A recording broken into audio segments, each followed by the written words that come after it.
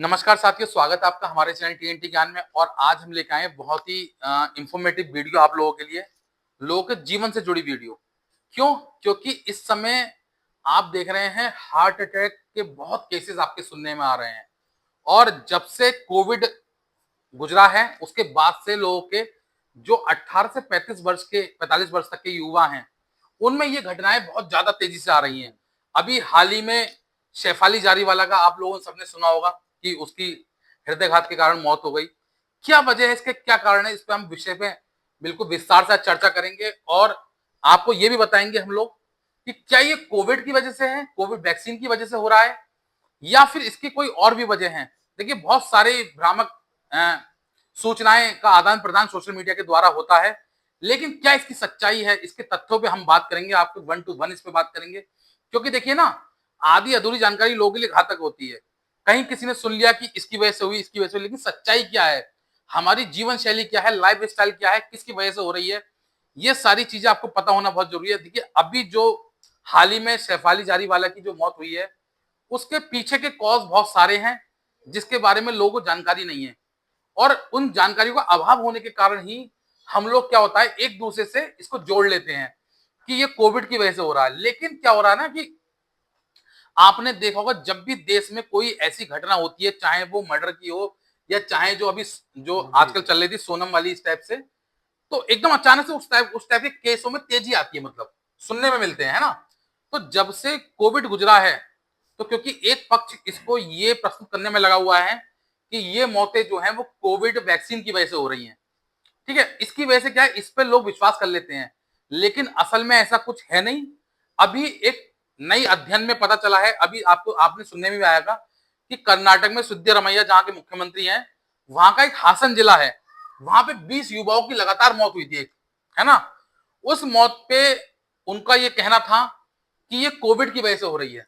देखो संजीव जी, हमारे यहाँ क्या होता है जब किसी सेलिब्रिटी की कोई एक्सीडेंट में मौत हो जाती है हम्म। या हार्ट अटैक से मौत हो हम्म। जाती है, तब हमें पता चलता है कि हार्ट अटैक भी आ रहे हैं लोगों आ को। रहे हैं लोगों को। नहीं तो लोग बाग फिर 2-4 दिन याद रखते हैं, फिर हम्म। भूल जाते हैं।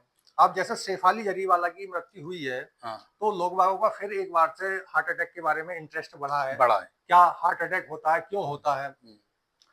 तो हार्ट अटैक के बहुत सारे कारण होते हैं, ये जरूरी नहीं है कि वो वैक्सीन की वजह से आए। वैक्सीन की वजह हालांकि ऐसा हुआ है, कोविड के बाद हार्ट अटैक में अचानक से तेजी देखी से गई देखी है, गई है। पर उसका कारण एक वैक्सीन ही नहीं है, और भी बहुत सारे कारण हैं हम्म। जिन कारणों के बारे में आपको जानना चाहिए, और उनके बारे में हम आपको बताएंगे, और उनके क्या क्या टेस्ट हैं, आप क्या टेस्ट ले सकते हैं, हाँ, वो प्रिकॉशन प्रिकॉशन क्या ले सकते हैं आप। प्रिकॉशन भी बताएंगे, और जो लैब टेस्ट हैं हाँ। उनके बारे में भी आपको बताएंगे कि आपको कौन कौन से टेस्ट करवा लेने चाहिए समय रहते हुए, ताकि आपको पता चल सके कि आपको हार्ट अटैक नियर टाइम में आने वाला है या नहीं आने वाला है, या आपकी हार्ट की कंडीशन कैसी है। मतलब आपको साइन सिम्टम्स बताएंगे हम, क्योंकि जब भी किसी व्यक्ति को हार्ट अटैक आता है, ऐसी कंडीशन होने वाली होती है, तो उससे पहले बॉडी रिएक्ट करती है, बॉडी आपको महसूस करवाती है। और वो टेस्ट जो हम आपको बताने जा रहे हैं, वो आपको पहले से बताएंगे एडवांस में कि आपको ये तकलीफ हो सकती है, उससे आप बचाव कर तो सकते हैं, आपको बचा सकते हैं। देखिए, आपको हम सबसे पहले इसके कोज बताते हैं कि हार्ट अटैक आजकल इतने ज्यादा आ क्यों रहे हैं, क्या कारण है, क्या मतलब संभावित कारण है। कोई ऐसा तो होता नहीं कि इसी कारण से हार्ट अटैक आए, सिर्फ संभावित कारण होते हैं, उनके बारे में हम आपको बताएंगे एक एक करके। तो आपको एक एक करके हम बताते हैं कि क्या क्या संभावित अच्छा कारण है। नमित जी, एक चीज मैं रोक के और पूछना चाह रहा जी था आपसे, अभी जो मैं हासन जिले का बता रहा था, जी। कर्नाटक का, तो उसमें मेरे ख्याल शायद गवर्नमेंट ने कोई रिसर्च भी करवाई है उसमें कोविड टीके को देखो लेके। संजीव जी, कोवैक्सीन जो है, हाँ। कोवैक्सीन के बारे में बहुत सारे लोगों ने ये अफवाहें उड़ाई कि उससे जो है हार्ट अटैक आ रहे हैं। हम्म। कोवैक्सीन का एक साइड इफेक्ट, हर एक जब कोई भी दवाई हो, वैक्सीन हो, हम्म। तो उसका कोई ना कोई साइड इफेक्ट होता ही है। बिल्कुल, देखिए हम तो शुरू से कहते हैं कि अंग्रेजी दवाई कोई सी भी हो, उसके तो सबके साइड इफेक्ट होते हैं। उसका एक संभावित कारण है कि वो जो है किसी किसी व्यक्ति को, हम्म। लाख में से किसी एक को हम्म। क्लोटिंग बढ़ा सकती है। हम्म। जरूरी नहीं है कि उस क्लोटिंग से आपको हार्ट अटैक जैसी कंडीशन हम्म। आ जाए। हम्म। ये एक संभावित कारण है उसका, बस और कोई ऐसा उसके साथ कोई बात जुड़ी हुई नहीं है कि उससे ही हार्ट अटैक आ रहे हैं। तो अपने यहाँ जो जी जी। जो रिसर्च हुई है इस पे। हमारे यहाँ जो प्रतिष्ठित संस्थान है, जैसे आईसीएमआर है, एनसीडीसी है, जो ड्रग्स की या जो भी नई नई खोजें हो रही हैं, बीमारी के उन रिलेटेड जो खोज होती बीमारियों है। की, और उन पर जो नजर रखते हैं या उन पर रिसर्च करते हैं, तो मतलब बहुत नामी संस्थान है हाँ, आईसीएमआर। आईसीएमआर मुझे लगता है शायद कोरोना की वजह से हर बच्चा आईसीएमआर का नाम हाँ, रोज सुना होगा, सब जानते होंगे। तो एनसीडीसी एक नया जो है, जो ये भी इसी काम में लगती है, यही चीजें देखती है, रिसर्च देखती है। तो आईसीएमआर ने भी बताया कि कोविड की वैक्सीन से कोई हार्ट अटैक का लेना देना नहीं है। एनसीडीसी ने भी यही बताया कि जो कोविड की वैक्सीन से हार्ट अटैक का कोई लेना देना नहीं है। हार्ट अटैक जो आ रहे हैं आपको आपके लाइफस्टाइल से, आपको स्ट्रेस रहता है, या आपके साथ बहुत सारी कंडीशन ऐसी होती है जिन कारण आपको हार्ट अटैक आ सकता है। तो तो हम संजीव जी, इसी कॉज पे बात करेंगे, वन बाय वन आप बताएंगे, नमित जी आपको वन बाय वन बताएंगे कि क्या क्या इसके रीजन है। शुरुआत करेंगे हम लोग रीजन से कि क्या क्या इसके कॉज हैं जिसके कारण ये सब चीजें होती हैं, और एंड में हम आपको बताएंगे कि इससे बचाव के लिए आप कौन कौन सी जांचें कर सकते हैं, उन जांचों को कैसे कैसे चेक करते हैं, आप खुद भी चेक कर सकते हैं। आप ऐसा नहीं है कि आप किसी डॉक्टर के पास जाएं, डॉक्टर के पास जाएं तो अच्छी बात है, अगर आपका पर्सनल डॉक्टर है आप दिखा सकते हैं, लेकिन आप इसको खुद भी रैंडमली चेक कर सकते हैं। सिर्फ बहुत छोटी सी नॉलेज हम आपको देंगे इसको चेक करने के लिए कि क्या क्या साइन सिम्टम्स हैं, कौन सी जांचों से आप देख सकते हैं और अपने आप को आने वाले हार्ट अटैक से बचा सकते हैं। तो चलिए देर ना करते हुए हम शुरू करते हैं कि इसके क्या क्या कोज है। तो सबसे पहला कोज इसमें होता है हाई बीपी। देखिए, ब्लड प्रेशर हर कोई व्यक्ति जानता है इस समय कि ब्लड प्रेशर क्या होता है, और मैं समझता हूं कि शायद अगर 10 में से आप 10 के 10 लोगों का बीपी चेक कराएं, 10 में से 6 लोगों का बीपी आपको बढ़ा हुआ मिले, जी जी। लगभग मेरा अंदाजा से। तो देखो बीपी बढ़ने के बहुत सारे कारण होते हैं। एक तो बीपी होता है कि अचानक से बढ़ गया, आप कोई मेहनत का काम करके आए हैं, हाँ, या आपके अंदर कोई अचानक से कोई स्ट्रेस आ गई, आपने अचानक से कोई टेंशन हो गई एकदम कोई आपको। ऐसी आपने खबर सुन ली जिस कारण आपको घबराहट हो गई, तो आपका बीपी कम भी हो सकता है और बढ़ भी सकता है, दोनों बिल्कुल सही सिचुएशन बात। रहती है। पर अगर आपका बीपी लगातार हाई है हम्म, तो ये आपके लिए चिंता का विषय है। लगातार हाई बना हुआ है, मतलब कंटिन्यूसली बन जाना। देखिए, बीपी का आपने देखा होगा, बहुत सारे लोग जिनको और बीपी की समस्या रहती है वो पर डे एक गोली खाते जी हैं। जी। और संजीव जी, ये ऐसा नहीं है, बीपी का जो लगातार हाई बना है इसमें भी एक उम्र का एक वो है। हम्म, 30 साल से जो 50 साल वाले लोग हैं, हम्म, भाई 50 से ऊपर के तो जो है उनमें तो बहुत सारी बीमारियां हो ही जाती हैं, पर 30 से 50 साल के जो लोग हैं अगर उनमें बीपी लगातार हाई बना हुआ है और उनका बीपी 130 से ऊपर है, हम्म। लगातार ही 130 से ऊपर आ रहा है, तो ये उनके लिए चिंता का विषय है। देखिए, बिल्कुल सही कह रहे हैं, ये जो एज बताई, और आपने देखा होगा अगर कोई गवर्नमेंट सेक्टर से जुड़ा हुआ व्यक्ति है तो उसको जानकारी होगी, गवर्नमेंट का एक प्रोग्राम चलता है एनसीडी करके, नॉन कम्युनिकेबल डिसीज करके। उस नॉन कम्युनिकेबल डिसीज में एक डिसीज आती है ब्लड प्रेशर की। जी। तो मेरे ख्याल से शायद उनकी एक गाइडलाइन भी है कि जो भी उनका हॉस्पिटल जाता है, चाहे वो नगरीय प्राथमिक स्वास्थ्य केंद्र हो, चाहे वो सीएससी हो जो कम्युनिटी ब्लॉक में होती हैं, अब वो हो या डिस्ट्रिक्ट पे हो, तो वो सबका बीपी चेक करवाते हैं। ये सुविधा अब उनको मतलब सारी पब्लिक को घर घर भी मिल रही घर है। घर मिल रही है। आशा जाके, एक आशा जो स्वास्थ्य विभाग में है, हाँ, वो आशा घर घर जाकर चेक करती है बीपी, बिल्कुल। एएनएम को रेफर करती है, हाँ, एएनएम डॉक्टर को रेफर करती है, तो मतलब ये सब सारी सुविधाएं घर भी मिल तो रही है। मतलब आप समझिए कि इसका कोई ना कोई रीजन है, तभी गवर्नमेंट ने ये फैसिलिटी इतने आपके डोर टू डोर बढ़ाई है। और इसमें चलो ये तो बीपी का कारण हुआ। बीपी हमें जो है, जो 30 साल से ऊपर के लोग बाग हैं, उसके लिए हम प्रिवेंशन भी बता देते हैं। साल में कम से कम एक बार उन्हें बीपी चेक करा ही लेना चाहिए। आजकल तो लोगों के पास फैसिलिटी है, बीपी साल में एक बार क्या वो महीने में एक बार चेक करा लेते हैं, हफ्ते में एक बार चेक करा लेते हैं, पर उन्हें जो है BP continuous time to time check जरूर कराना चाहिए। बिल्कुल सही बात है। देखिए, एक चीज मैं आपको बताऊं, जिसको जैसे बीपी की समस्या है और आपने देखा हो लोगों को बीपी महसूस होता है, जैसे मुझे लगा कि मेरे सिर में अचानक से बढ़ गया, तो मुझे लगा कि यार बीपी बढ़ रहा है या ऐसी कोई टेंशन नहीं, मैंने बीपी नपा लिया अपना, वो अच्छा है बीपी। फिर भी बहुत से लोगों को मैंने देखा है कि बीपी 180 200 हो रहा है, लेकिन उनको महसूस नहीं हो रहा, वो सबसे ज्यादा खतरनाक है। वो उस चीज से अवेयर नहीं होते हैं, तो उन्हें यही नहीं पता कि मुझे बीपी की वजह से सर में दर्द हो रहा है, या मुझे सर में दर्द मौसम चेंज होने की वजह से हो रहा है, या मुझे कोल्ड की वजह से सर में दर्द हो रहा वो है। उस कंडीशन में क्या करते हैं, पेन किलर ले लेते हैं, और अचानक बार बार पेन किलर लेने की वजह से किसी दिन क्या होता है, जी जी। ब्रेन हेमरेज हो जाता है उनको। दूसरा कारण इसमें संजीव जी आजकल देखा जाए तो वो है ओबेसिटी। बिल्कुल, मोटापा सबसे बड़ी वजह है इसकी। ओबेसिटी में जो लोग हद से ज्यादा मोटे हैं, हाँ, ये नहीं कि मतलब जो मतलब ये नहीं भाई मेरी बात नहीं हो रही है भाई पतला है मैं मोटा हूं, इसके बाद मतलब जो हद से ज्यादा मोटे हैं, मतलब जिनका वजन 100 किलो से ऊपर ऊपर है, है। और उनकी आयु 30 साल से 50 के बीच में और वजन उनका 100 किलो से ऊपर है, तो वो एक मोटापे की कैटेगरी में मतलब आते हैं। इनरेगुलर वजन बढ़ रहा है उनका, उनके और शरीर में आलसपन है। हाँ, कुछ लोग ऐसा कहते हैं ना, बोले हम तो खाते भी नहीं तब भी हमारा वजन हाँ, बढ़ता है, तो बिल्कुल वो सही। लोग मोटापे की कैटेगरी में आते हैं, हाँ, ओबेसिटी की कैटेगरी में वो लोग आते हैं। उनकी बॉडी इनएक्टिव हो जाती है। हाँ। आपकी बॉडी एक्टिव रहनी चाहिए हमेशा। आप कोई ना कोई ऐसी एक्टिविटी करते रहें, तो कोई ना कोई ऐसा स्पोर्ट्स संजीव जी, ज्वाइन करते रहें। मोटा होने से हमें क्या नुकसान है, ये भी मैं अपने दर्शकों को साथ साथ बता दूं। भाई हमारी मान लो ये ब्लड वेसल है, हाँ। ये ब्लड वेसल हो गई, इसमें हम्म, हमारा ब्लड सर्कुलेट कर रहा है ये ऐसे हम्म, करके। अगर हमारा वजन बढ़ता है हम्म, तो हमारा मसल मास भी बढ़ेगा, बढ़ेगा वो इसको। और बहुत हम्म, मतलब जो है हमारी बॉडी का और भी फ्लूइड उसमें बढ़ेंगे, बिल्कुल तो सही वो बात। इसको स्क्वीज करते हैं, वही इसे वही मैं कहना ऐसे चाह करके रहा हूँ। दबाते हाँ, हैं। दबाते हैं इसको। जब ऐसे करके इसको दबाते हैं हमारी तो वेन की प्रेशर जितनी कहाँ भी पड़ेगा? है, तो जो प्रेशर होता है वो वेन की बॉल पर प्रेशर पड़ता है, और जब वेन की बॉल पर प्रेशर पड़ता है तो वो हार्ट को जाकर अफेक्ट करता आप है। समझिए, यहाँ हार्ट है, यहाँ से हार्ट सप्लाई कर रहा है जी जी। इसमें। तो अब जब यहाँ पे जा नहीं पा रहा, यहाँ तो पंप कर रहा है वो सबसे। हाँ, और अगर ये हार्ट हमारा पंप कर रहा है ये, हाँ, अगर यहाँ से ब्लड जाएगा, अगर ये पाइप नैरो होता जाएगा, तो समझ लो इस पर जो है दबाव ज्यादा पड़ने लगेगा। बिल्कुल। अब किसी भी मशीनरी पर, किसी भी अंग पर हमारे जब ज्यादा दबाव पड़ता है तो वो तो डैमेज होकर ही रहेगा। भाई आपने देखा ना, जब हम साइकिल के पहिए में हवा भरते हैं और एक समय के बाद जब ज्यादा ही प्रेशर उसमें क्रिएट हो जाता है तो पाइप, उसका पहिया फट जाता है ना। जी जी। वही सिस्टम, सेम प्रोसेस जो है वो हार्ट का है। ये इसमें हम हवा भर रहे हैं और ये हवा बैक किसमें आती है? इसमें। ठीक है, इसी से ब्लड सप्लाई हो रहा है। तो प्रेशर कहाँ क्रिएट हो रहा है? इस पे और इस पे।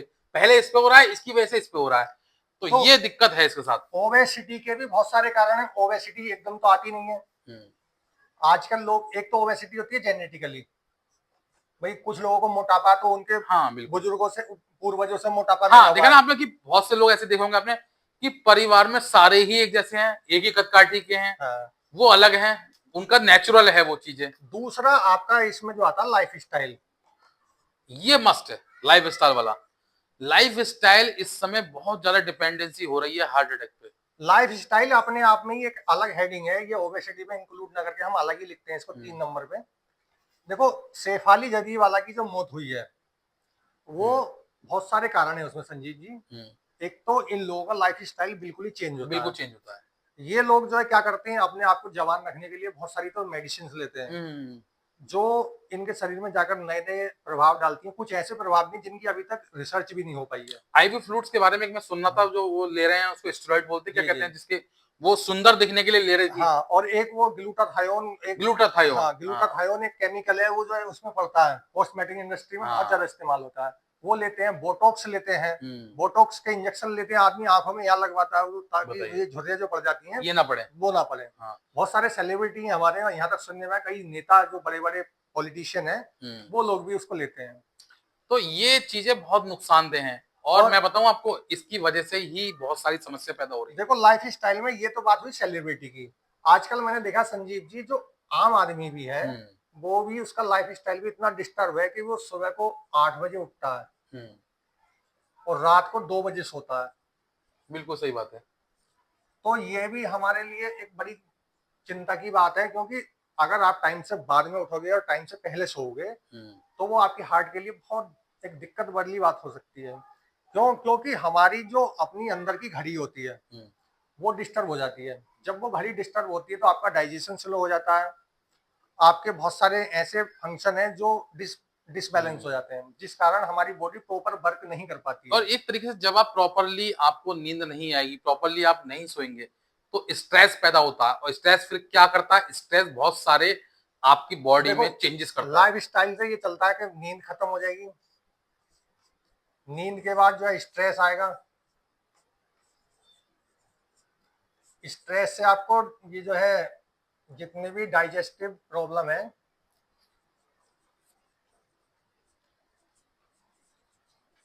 सिस्टम डिसबैलेंस हो जाएगा।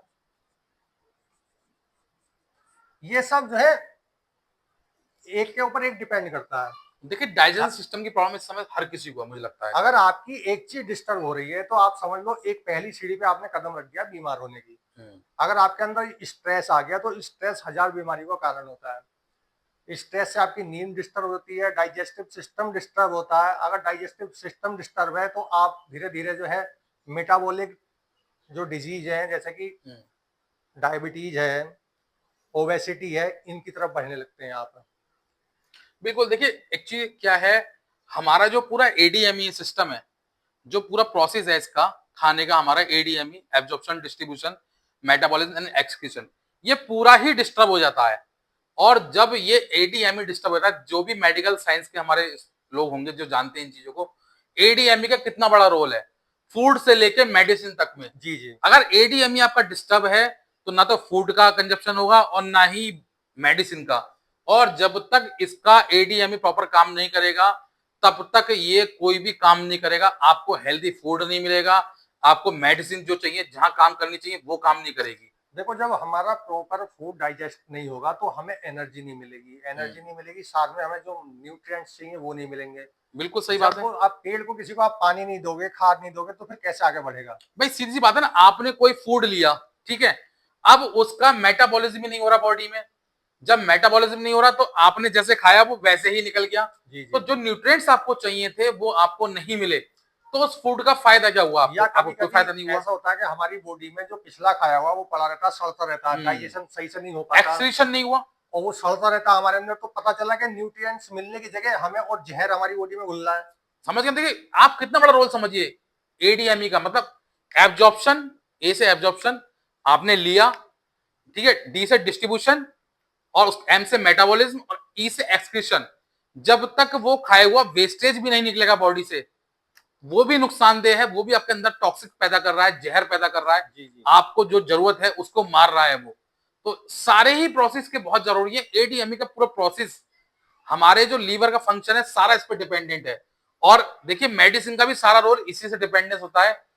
आप कहते हैं ना, आप जिन लोगों ने मेडिकल साइंस पढ़ी होगी वो जानते होंगे फार्मा काइनेटिक और फार्मा डायनेमिक, बॉडी का मेडिसिन पर रिएक्शन और मेडिसिन का बॉडी पर रिएक्शन। जी जी। ये दो चीजें बहुत डिपेंडेंसी करती हैं इन सब रोल पे, और इसी की वजह से ये दिक्कतें आजकल हम लोगों को होती हैं। आप देखते हैं ना कि बहुत सारी चीजें, की बहुत सारे लोग मेडिसिन भी खा रहे हैं, मेडिसिन खाने के बाद भी वो ठीक नहीं हो पा रहे। क्या वजह है उसकी?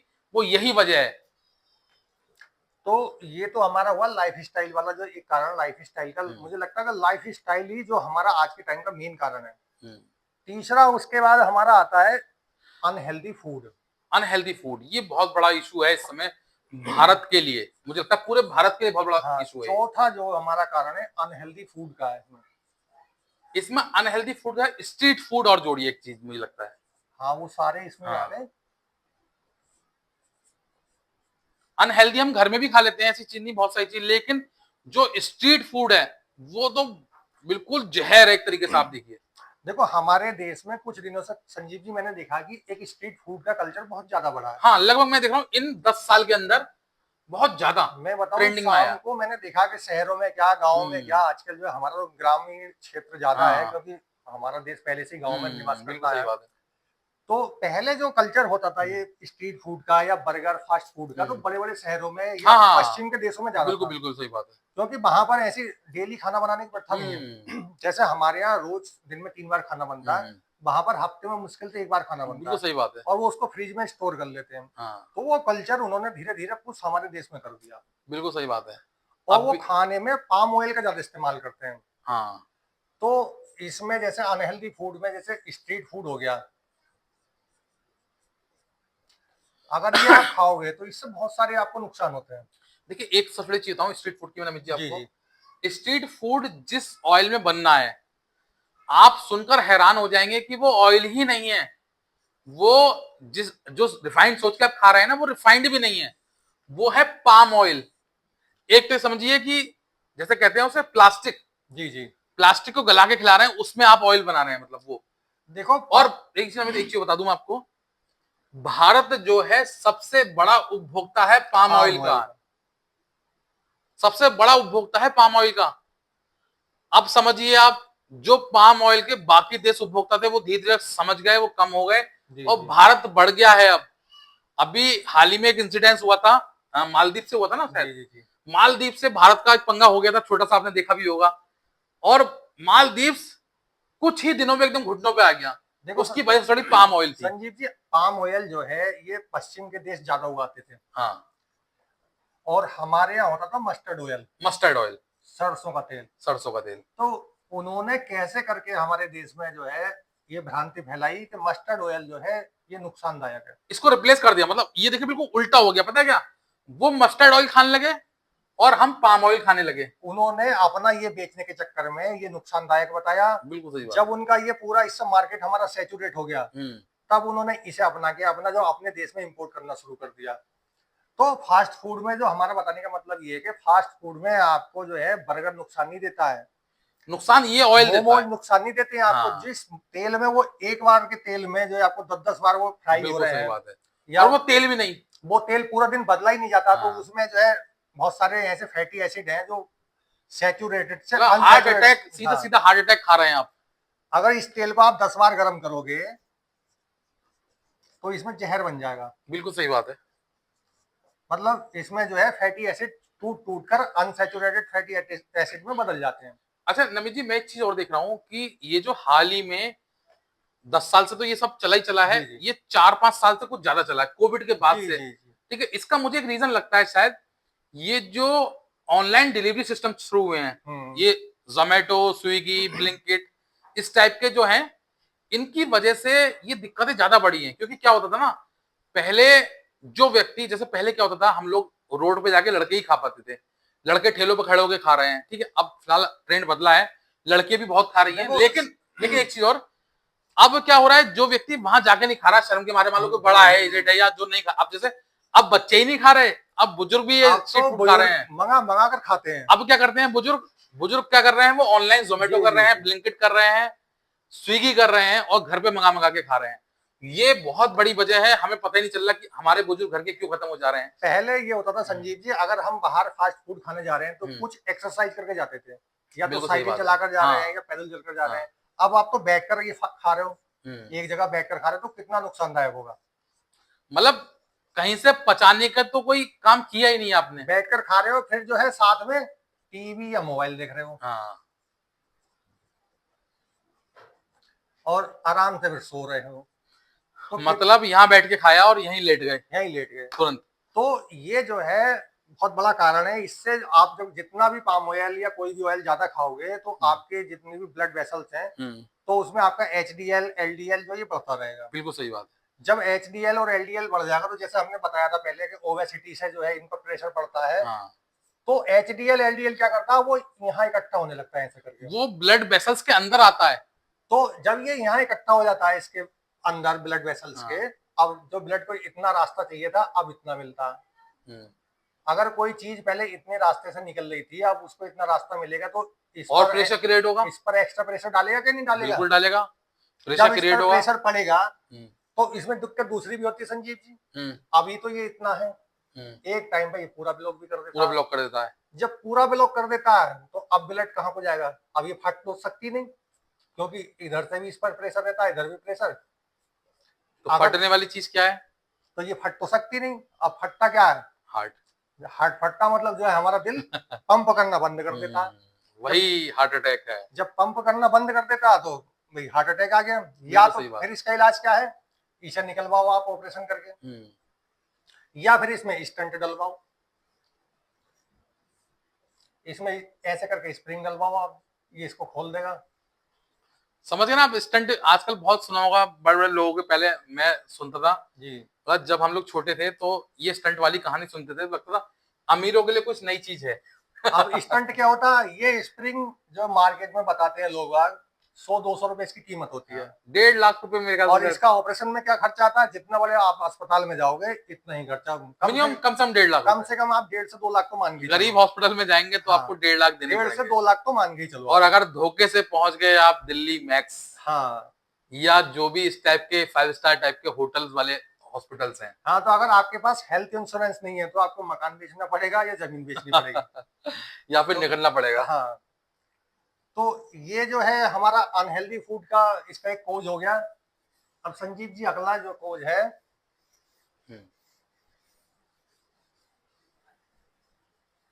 वो है हमारा 5वां कोज,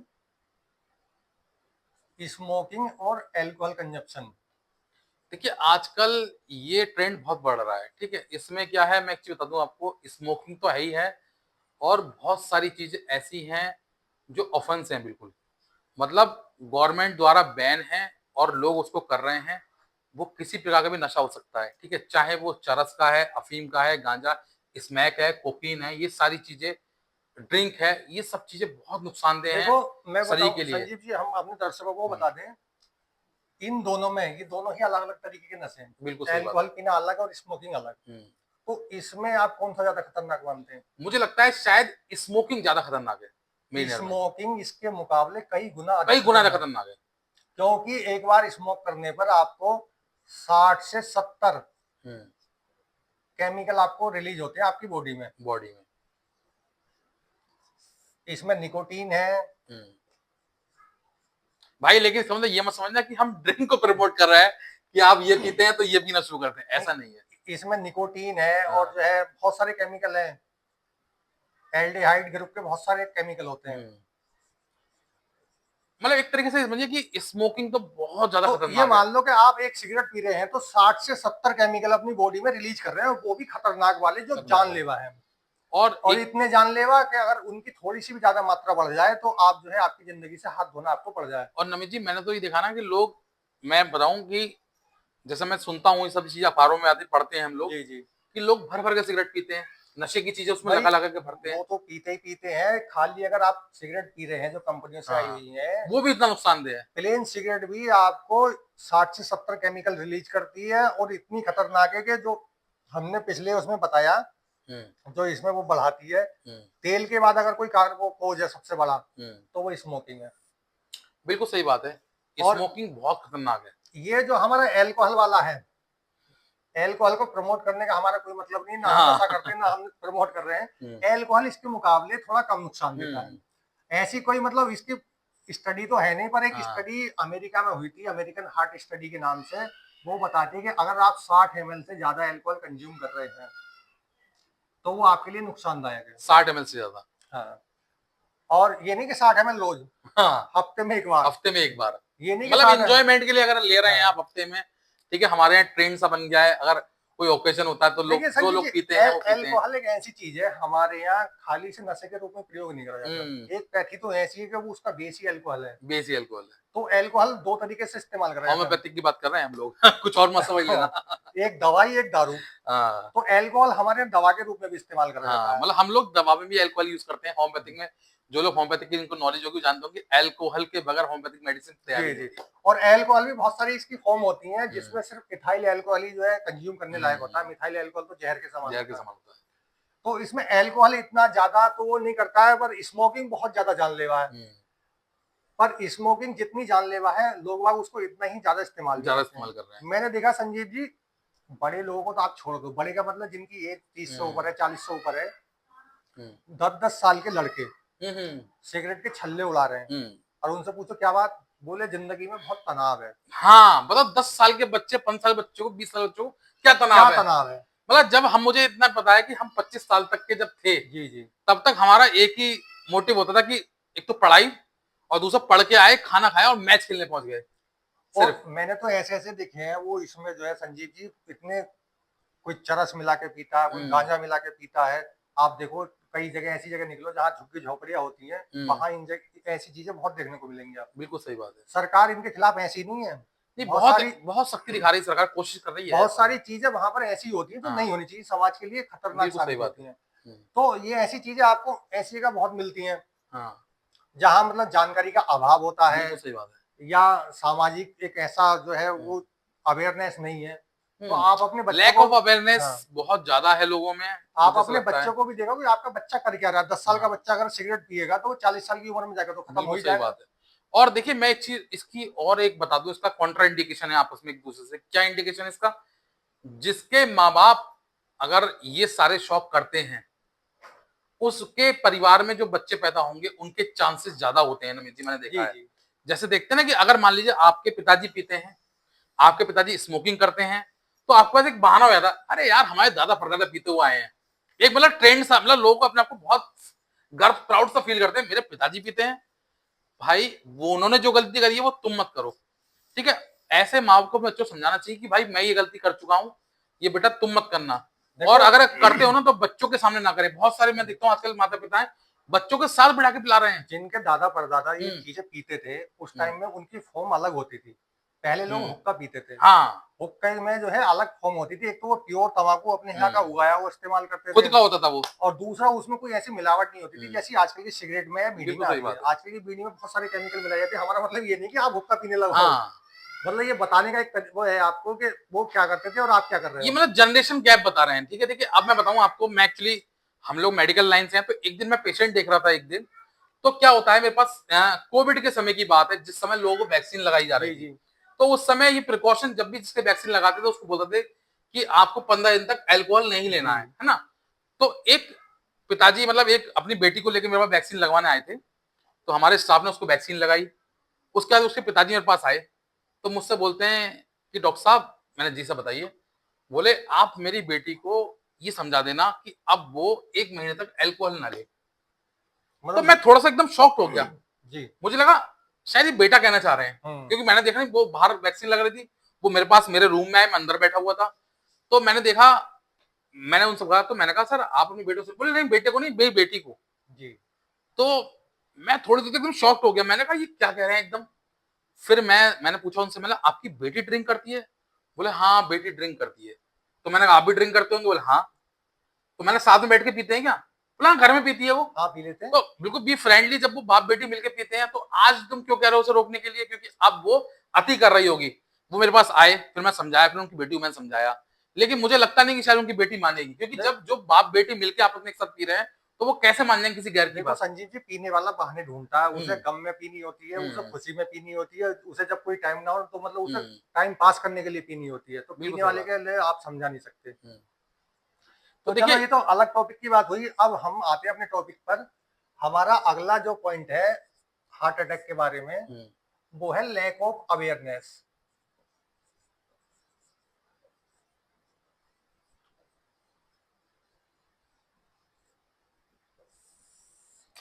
देखिए ये हमारा आखिरी पॉइंट है, लैक ऑफ अवेयरनेस का, कि लोगों में जागरूकता की कमी। इसके बाद हम बताएंगे कि कमी क्या है और उन जांचों की क्या जरूरत है। देखिए अवेयरनेस की कमी क्या है, क्योंकि आप लोगों को पता ही नहीं इसके साइन सिम्टम्स क्या हैं। हार्ट अटैक आने से पहले साइन सिम्टम्स होते हैं इसके। इससे आपको एक इंडिकेशन मिलता है कि आपको दिक्कतें होनी शुरू होती हैं। लेकिन क्या होता है कि आपने उस टाइप की जांचें नहीं कराई होती, आपने अपने आप को फिजिकली चेक नहीं कराया होता। क्यों? क्योंकि आपको पता ही नहीं उस बारे में। देखो हमारे यहाँ संजीव जी एक बड़ी दिक्कत की बात है, अगर किसी का कोई लैब पे जांच कराने गया, हाँ, और वो नेगेटिव आ जाए। डॉक्टर ने जांचें लिख दी, बोले हाँ। आप ये जांच करा के आओ, हाँ, और उसकी जांचें सारी जो है नॉर्मल ठीक आ आई जाए, हैं। तो वो क्या सोचता है, बोले यार मेरे तो पैसे बर्बाद गए। उसे दुख होता है। मतलब कमाल की बात देखो आप, कि निगेटिव आने पे दुख होता है, तो सोचो पॉजिटिव आता फिर क्या करता वो। मतलब उसे अगर पॉजिटिव आ जाए तो उसे लगता है कि मेरे पैसे पैसे वसूल, वसूल हो गए। और नेगेटिव आए तो उसे लगता है कि मेरे पैसे बेकार गए। हाँ, तो इसी के चलते जो है बहुत सारी चीजों से अवेयर नहीं हो पाते हैं। बिल्कुल सही बात है। अब वो जो है, जैसे मान लो किसी को बीपी की दिक्कत हो रही है, किसी का बीपी हाई है, तो वो क्या करेगा, बोले यार मेरा बीपी चाय पीने से बढ़ गया होगा। हाँ, कॉफी पीने से बढ़ गया, चाय हाँ, पीने से बढ़ गया। या मेरा जो है, मैंने जो है नमक तेज खा लिया होगा तो बढ़ गया होगा। चलो हमने मान लिया कि आपका बीपी चाय कॉफी या नमक से बढ़ जाता है, तो वो पर्टिकुलर टाइम पे बढ़ सकता है, एक बार बढ़ सकता बिल्कुल है। सही बात अगर आपका बीपी लगातार बढ़ा हुआ है, है। तो आपको प्रॉपर टेस्ट कराने की जरूरत है, हम्म। फिजिशियन को दिखाने की जरूरत है, जो लोग अवेयरनेस ना होने के कारण दिखा नहीं पाते हैं। ये है पहली जांच बीपी की। ब्लड प्रेशर, आप अगर आपको ब्लड प्रेशर की समस्या है, तो आप रेगुलर जांच करवाएं अपनी ब्लड प्रेशर, रेगुलर चेक करें। आप एक मशीन ले आए। अब तो बहुत आसान हो गया है ब्लड जी प्रेशर। जी। पहले तो सिर्फ पारे वाली मशीन आती थी और सिर्फ डॉक्टर ही तो चेक कर सकते थे। देखो, ये तो हमारे जो 6 पॉइंट हमने आपको बताए, ये इसके कोज हो सकते हैं, हाँ। हार्ट अटैक के जो कोज हो सकते हैं। अब हम आपको 5 ऐसे टेस्ट बताएंगे जिन्हें अपनाकर आप जो है करवाकर, हम्म। वो ऐसे टेस्ट नहीं है, बहुत ज्यादा महंगे हैं, बहुत आसान है, जिसको आप भी समझ सकते हैं, आप भी चेक कर आसान सकते टेस्ट हैं। है। उन्हें करवाकर आप टाइम से पहले ये पता लगा सकते हैं कि आपको हार्ट अटैक नियर टाइम आने वाला है, जी। या मतलब क्या सिचुएशन आपकी हार्ट की चल रही है, आपका हार्ट कितना मजबूत है। हम्म। तो ये तो हो गए कोज। अब हम आपको बताएंगे ऐसे प्रिवेंशन, उसके जो क्या क्या बचाव के उपाय हैं।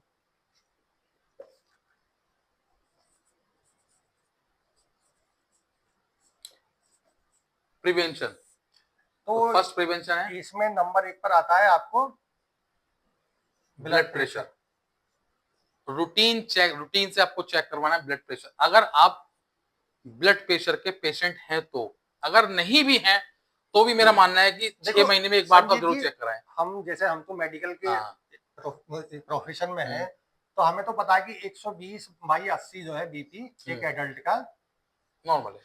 नॉर्मल होता है। हम्म, पर ये फार्मूला जो है कोई ऐसा तो है नहीं, मैथ का फार्मूला है, हम्म, किसी एक साइंटिस्ट ने ड्राइव कर दिया कि और इसी पे सारा लागू होगा। हाँ लागू हो गया। हाँ, 120/80 बीपी आया कहां से? बहुत सारे लोगों के दिमाग में ये सवाल रहता हाँ, है। तो मैं बता दूं अपने दर्शकों को, 1920 के दौर में अमेरिका में एक स्टडी हुई थी, जी, जिसे हम अमेरिकन हार्ट स्टडी के नाम से जानते हम्म, हैं। तो उसमें बहुत सारे लोगों का कंटिन्यूअस बीपी मॉनिटर किया गया। हम्म, तो उन्होंने देखा कि जिन लोगों का बीपी 120/80 हम्म, या उसके आसपास एक दो ऊपर नीचे रहता है, हम्म, वो लंबी उम्र जीते हैं और ज्यादा मतलब तंदुरुस्त भी रहते हैं, उन्हें हम्म, बीमारियां कम होती हैं। हम्म, तो वहां से एक फार्मूला उन्होंने निकाला कि भाई 120/80 को हम स्टैंडर्ड मान लेते हैं। स्टैंडर्ड पैरामीटर मान लिया उन्होंने। हाँ, तो ये 120/80 वहां से आया। हम्म, तो अब जो जिनका बीपी 30 साल से 50 साल वाले जो लोग हैं, अगर उनका बीपी इसके आसपास है, मतलब ये नहीं कि 120/80 ही आए, मतलब थोड़ा सा फ्लक्चुएट ऊपर नीचे हो ऊपर सकता है। नीचे भी हो सकता है, हम्म, 130 भी हो सकता है और 110 भी हो सकता हम्म, है। तो अगर उसके आसपास है तब तो चिंता वाली कोई बात है नहीं। हम्म, अगर आपका बीपी 130 से ऊपर है, हम्म, 130 से ऊपर जा रहा हो लगातार, तो आपके लिए चिंता वाली बात है। तब आपको डॉक्टर को दिखाना चाहिए या जो भी हार्ट स्पेशलिस्ट आपके नियर बाई में उसे दिखाना चाहिए। देखिए इसको आप इग्नोर नहीं कर सकते। ब्लड प्रेशर एक ऐसी समस्या है, कॉमन समस्या भी है और जानलेवा समस्या भी है। इसको आप हल्के में नहीं ले सकते। यही सबसे ज्यादा हार्ट अटैक का कारण जी है। जी। ब्लड प्रेशर बहुत ज्यादा मॉनिटर करने के लिए इसको समय समय पर आप मॉनिटर करते रहें इसको। पहला सिम्टम जो है अगर हार्ट में आता है तो वो हाँ, सबसे पहला बीपी है, बीपी ही आपको नापना है। अगर आप कहीं जाएंगे तो डॉक्टर सबसे पहले आपका बीपी ही ब्लड चेक प्रेशर ही करता चेक है करता है। और उससे ही बहुत सारी चीजों का पता चल हम्म, जाता है। तो ये तो हो गया पहला सिम्टम्स। और पहली इसकी जांच, एक तरीके से जांच चाहिए किस तरीके से आपको इसको करवाना ये है। जांच ही है अब जो हाँ, है। अब दूसरी बात करेंगे हम लोग, अब दूसरी एक्सटेंड लिपिड प्रोफाइल। दूसरी जांच जो इसमें आती है वो आती है एक्सटेंडेड लिपिड प्रोफाइल। देखिए मैं आपको इसको हिंदी में बता दूं, बिल्कुल जो लोग नहीं जानते। लिपिड का मतलब होता है वसा, चिकनाई, जी जी। फैट। ठीक है। प्रोफाइल मतलब आपके ब्लड में इसकी मात्रा। ठीक है। एक्सटेंडर्ड मतलब स्टैंडर्ड कितनी है, कितनी होनी चाहिए, उसका एक पूरा पैरामीटर है। ठीक है। इसको आप डिफाइन करके बताइए क्या क्या चीज है तो इसमें। देखो एक्सटेंडेड जो है ये थोड़ी टेक्निकल टर्म आ गई है। हाँ, वैसे नॉर्मल लोग इस वाली को तो जानते ही हैं। हाँ, लिपिड तो हर कोई लगभग जानता ही है। हाँ, आजकल इतने तो अवेयर हो ही गए लोग, अगर लिपिड प्रोफाइल का उन्हें पता होता है कि इसमें कोलेस्ट्रॉल बिल्कुल। का पता लगता है। पर ये जो एक्सटेंडेड जो इसके नाम के आगे आ गया तो थोड़ा सा ये अलग हो गया। हम्म, एक्सटेंडेड में क्या होता है कि इस वाली में क्या होता है, इसमें LDL plus HDL high density lipoprotein और इसमें ये लो डेंसिटी लिपोप्रोटीन, इनका पता लग जाता है। पर इसमें एक्सटेंडेड में जो है एपोप्रोटीन ए, सॉरी एपोलिपोप्रोटीन ए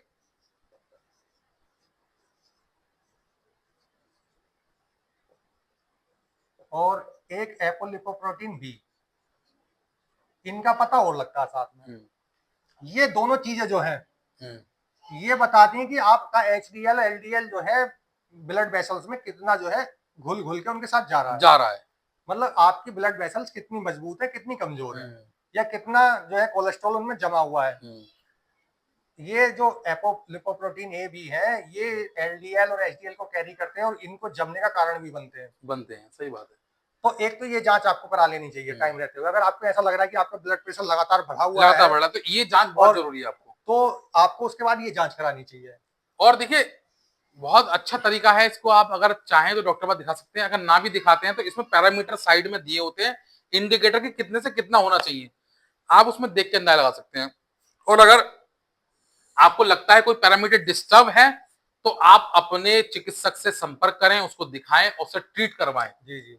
ठीक है। अब हम आते हैं तीसरे पे। इसमें तीसरी जांच ऐसी है आती है जो आपको बताएगी कि आपको जो है जेनेटिकली हार्ट की डिजीज तो नहीं है, आपके पूर्वजों को तो नहीं थी, या मतलब जैसे जेनेटिक हम लोग डायबिटीज की बात करते हैं, ऐसी जेनेटिक ये हार्ट की डिसीज के बारे में। पूर्वजों को थी तो आपको वो मिली है तो आपको वो दिक्कत हो सकती है हार्ट की या नहीं हो सकती है। तो वो तीसरी जांच है सीरम एलपी और स्मॉल ए। तो ये है सीरम लिपोप्रोटीन ए, ये टेक्निकल टर्म है संजीव जी। जी। तो ये जो है जेनेटिकली जो हमारा लिपोप्रोटीन जमा हुआ होता है उसको बताती है। अगर इसमें आपका लेवल 30 से कम है तब तो आपको दिक्कत नहीं होने नहीं वाली। होगी। और ये जो है ये आपको हर साल कराने की या महीने 6 महीने में कराने की जरूरत तो नहीं है, एक बार करा के आपको पता चलता है। क्योंकि सीरम लिपोप्रोटीन जो है ये 3 से 4 साल की उम्र के बाद हाँ, स्टेबल हो जाता है, स्टेबल रहता है। और वो ताउम्र जो है हाँ। एक जैसा ही बना तो ये रहता है। क्योंकि वैसे भी इससे हमने एक शब्द जोड़ा जेनेटिक, मतलब आपके परिवार से जुड़ी हुई है। तो अगर आपने एक बार करा ली तो आपको पता चला कि परिवार से है कि नहीं है, ये वहीं से पता चल जाएगा आपको, जी। ठीक है?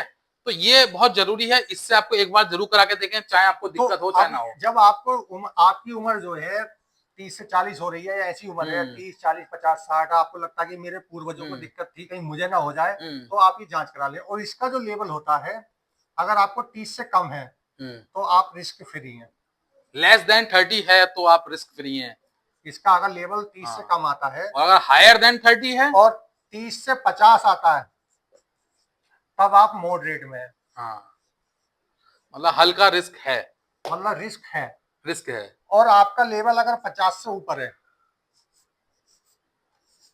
तब तो आपको जो है सीवियर है, समय रहते डॉक्टर को दिखाई लेना दिखा चाहिए। लीजिए, फिर सीवियर है, फिर तो कंडीशन आपकी जो है, मतलब ये है कि आपको वो दिक्कत होने की संभावना बहुत होगी। ज्यादा बढ़ जाती है। हाँ, ये तब तीसरा। अब आते हैं हम चौथे पॉइंट पे।